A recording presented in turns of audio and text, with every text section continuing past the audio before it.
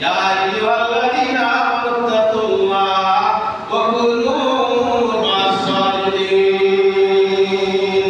আল্লাহ বলেন, আমার ঈমানদাররা, তোমরা কি আল্লাহর ডরাও, ওয়া কুনু মা'আস সাদিকিন, আর সত্যবাদীদের সঙ্গী হও। ভালো মানুষের সঙ্গী হও। হাদিস শরীফের কথা যে একজন আল্লাহর লোকে এমন ভাবে, একজন আল্লাহর জন্য এমন ভাবে আল্লাহর সাথে তর্ক শুরু করবে যেরকম ভাবে দুনিয়ার কেন্দ্রের লোক আমরা দেখতে পাবো। নিজের ন্যায় বুঝানোর জন্য, সত্য বোঝানোর জন্য যেরকম ভাবে একই করে আমরা তর্কাতর্কি করি, তদ্রূপ আল্লাহ এবং আল্লাহর বান্দা জান্নাতীরা আল্লাহর সাথে এরকম ভাবে ময়দানে মাসুল করবে। যেটা আমি ওদেরকে রেখে জান্নাতে যেতে পারতাম না, তবে সত্য হচ্ছে আমার সাথে ঈমানদার হতে হবে। আমি যার সাথে হইব আমার কাছে ঈমান থাকতে হবে। ঈমান যদি না থাকে সুপারিশ গ্রহণ করতে হবে। ঈমান যদি না থাকে সুপারিশ গ্রহণযোগ্য নয়। আল্লাহ ঈমানদার এদের মাধ্যমে অন্যের সুপারিশ করে দিয়ে জান্নাতের ভিতরে ঢুকিয়ে। ইয়া আইয়ুহাল্লাযীনা আমানুত্তাকুল্লাহ ওয়া কুনু মা'আস সাদিকিন। হে ঈমানদারগণ, আমি আল্লাহর ডরাও আর সত্যবাদী ভালো মানুষের সাথী হোক, সঙ্গী হোক। এটার সাথে দুশ্মনী করিও না, বিরোধিতা করিও না। এদেরকে সহযোগিতা করো, এদের সাথে চলাফেরা করো।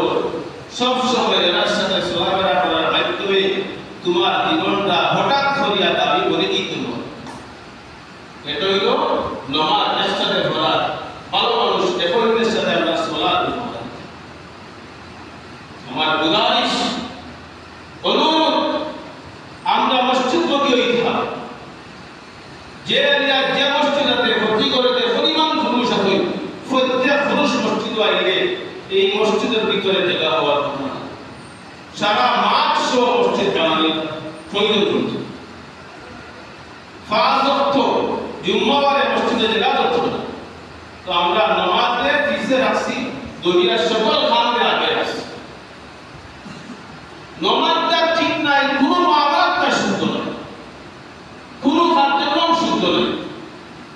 নামাজ হরকা বিরোধী দেখা যায় নামাজ পড়ে আবার সুদর্শনী করে, নামাজ পড়ে গীবত করে, নামাজ পড়ে দুই নম্বরই করে, সুযোগ দেয়।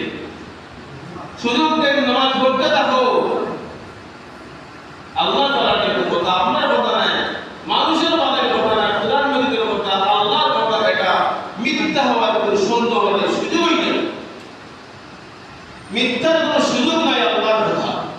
ইন্না সালাতা তানহা আনিল ফাহশাই ওয়াল মুনকার। আল্লাহ যখন নামাজ মানুষকে অশ্লীল কাজ থেকে ফিরাইয়া রাখে। আল্লাহ যখন কিভাবে মানুষ নামাজ পড়ে আবার মিথ্যা কথা বলে, নামাজ পড়ে গীবত করে, নামাজ পড়ে ঘুষ খায়, নামাজ পড়ে সুদ খায়, এগুলা খেয়ে ফেলে। নবীর দরবার একজন মানুষ নতুন মুসলমান হয়েছে, দেখা যায় নতুন মুসলমান হওয়ার পরেও কিছু চলাফেরা অন্যরকম। সাহাবায়ে কেরামের নজর বিভিন্ন রকম লাগছে।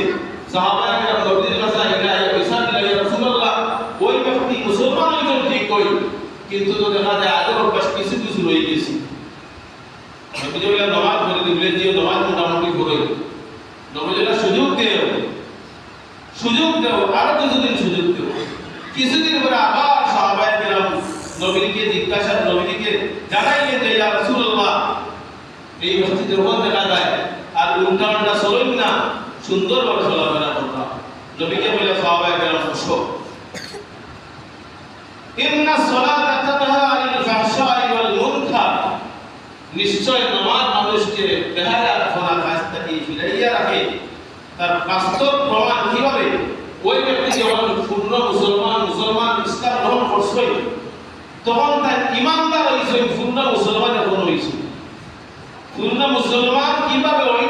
নামাজের সুরাত শুদ্ধতার মাধ্যমে। নামাজের সুরাত যেমন শুদ্ধ হইব, নামাজটা তার শুদ্ধ হইব। এই ব্যক্তি নতুন মুসলমান হয়েছে, তার তিলাওয়াত ঠিকমতো সহি হইছে না, তার নামাজ ঠিকমতো হইছে না, নামাজ ঠিকমতো হইছে না। এই নামাজ তারা ভালোভাবে মন এইরকম উল্টাপাল্টা খাত বন্ধ খাতের মধ্যে আর যায় না, সম্পৃক্ত নাই, বুঝা নাও, আজ থাকি বা এখন থাকি তার নামাজটা কবুল হইতেছে, শুদ্ধভাবে নামাজ পড়তেছে, যার দরুন আল্লাহ তাআলা তার বরকত মধ্যে দিয়ে